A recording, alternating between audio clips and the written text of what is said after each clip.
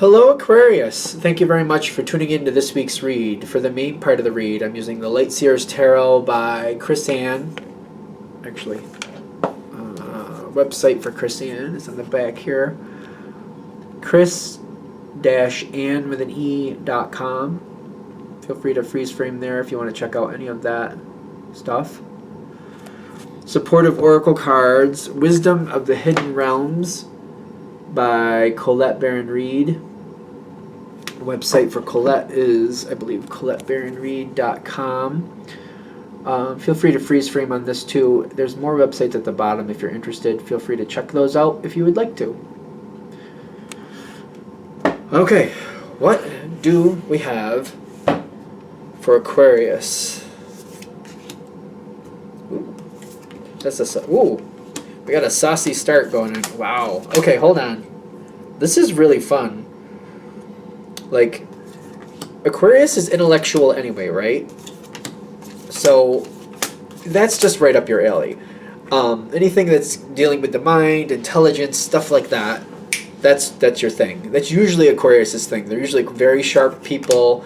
My grandmother was a school teacher. She was an Aquarius. My younger brother, he's an Aquarius, I think. I'm pretty confident he is. Like, wait, when is his birthday? He's quite zippy when he wants to be. He's quite zippy when he wants to be. I know that much. He can shock people. People don't think he's as smart as he is. I think that's the thing.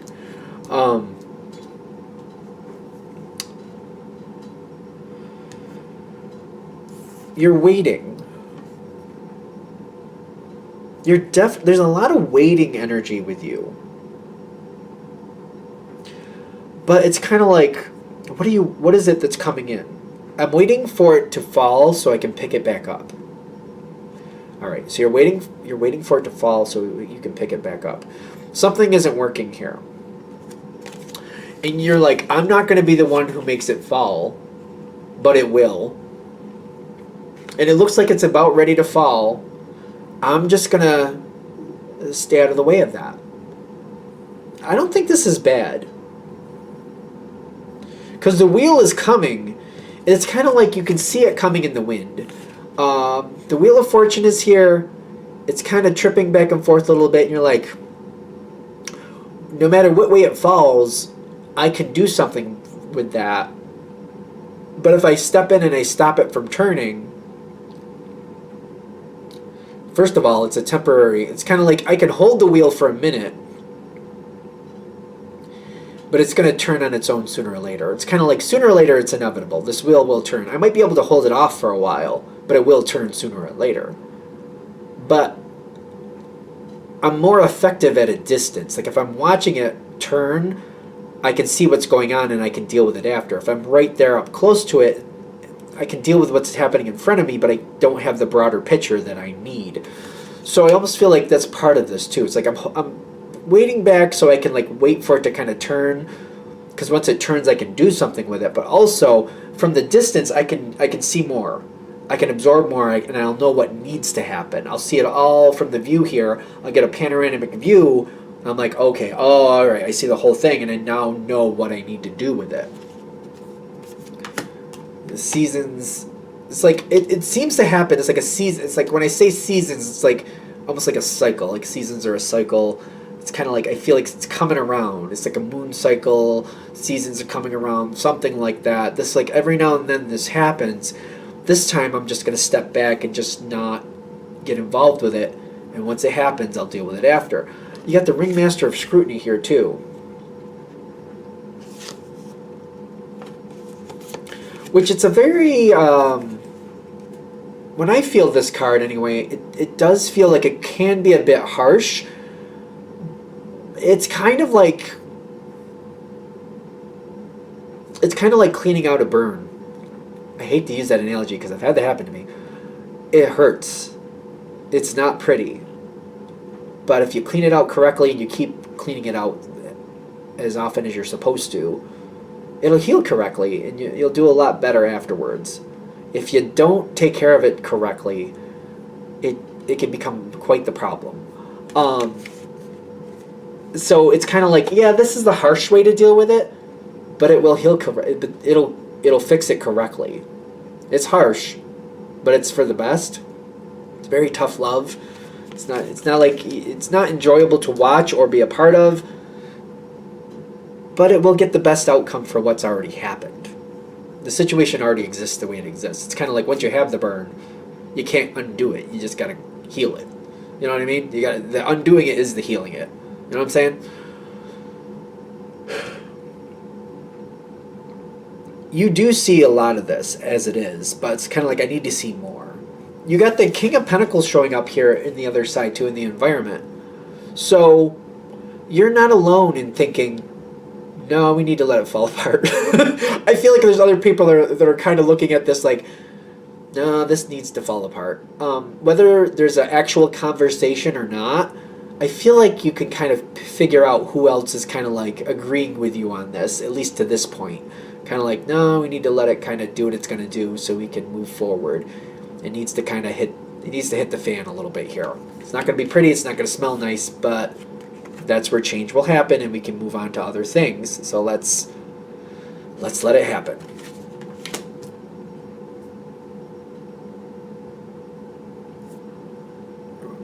It's the waiting. The way I came forward is like, it's the waiting for me. It's the waiting for me. I can't. Oh my God! There's waiting. It's a strategic thing. I know that, but there's. I said you were waiting. I already said that. It's the good and bad of it.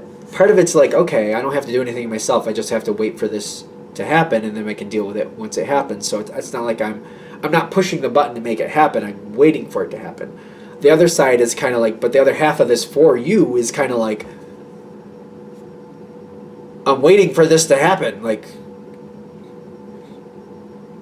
can we move forward? It's like 6 to 1, half a dozen to the other. Like, I'm not pushing the button, so I feel kind of good about that. On the other hand, I'm like, I'm waiting forever and a day for this to happen. There's a wait. There's definitely a wait going on. But when it does come in, and it does, I feel like it's quite the shock.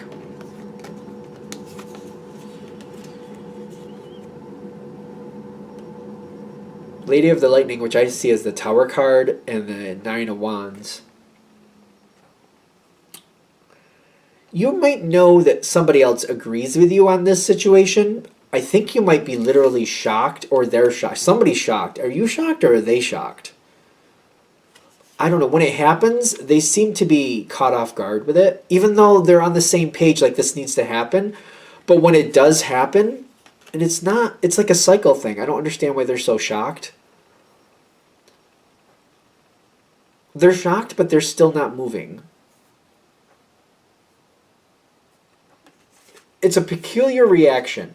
I feel like when you're watching this person react, you're kind of shocked. Are you shocked, or are they? Who's shocked? There's like, I don't know. The way this is playing out, it's just kind of like, oh. It's almost like, well, the way it's playing out this time is a little different. They're thrown off. I feel like this energy is thrown off a little bit and doesn't know what to do. That's your moment, because you're the one that's going to move forward first. I think you're going to be the one moving forward first. Either that, or the advice is for you to move forward first, because you seem to be ready. You got the king and you got the queen. One is water, one is air. But I'm getting like, you know what you want from this. You know where you want to see it go. You seem to like already know where you want to see it go, and you can think quickly, even though this is going off a little bit different than expected or than usual, or there's something different about it this time. You seem to be able to roll with it pretty quickly, like, okay, that's different, but that's all right, I can do it. This energy seems to be holding back, so it's not in your way, and it agrees. But I feel like normally you'd have to negotiate out with this. You'd have to negotiate with this element or this person. I wouldn't do it. I would just keep going forward. Just fix it. And if they step forward and say something, then deal with it as it comes forward. Otherwise, just handle it the way you want it to work out. You seem to be able to move forward fairly quickly with it. You're going to know what you want to do.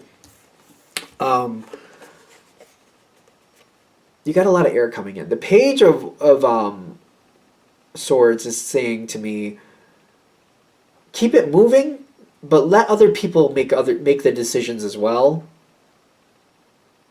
because I feel like it makes it easier for you to kind of like reform it the way you need to. It's almost kind of like set them off, like go down that road and then just see what they do. And then just keep your eye on it and keep it relatively where you need it to go. Because when you set people off, like go down that road, just keep going, they'll bring back more information for you, and you'll be the one kind of saying, okay, well, that's what's going on. Okay, well, since that's going on, do this, and then send them back down the road and see what else they find. Because they'll keep bringing you back more information. You want to be the focal point for information, because the more information they bring back, this is a very compatible energy, the more you can make happen here. This whole situation is changing, but like, how do we explain this one? You got the Death card, but you also have the Phoenix. The last situation is done. That's the Death card. But the new one is not permanent. The new one is also temporary. Whether that's preferable or not, the new one is also temporary.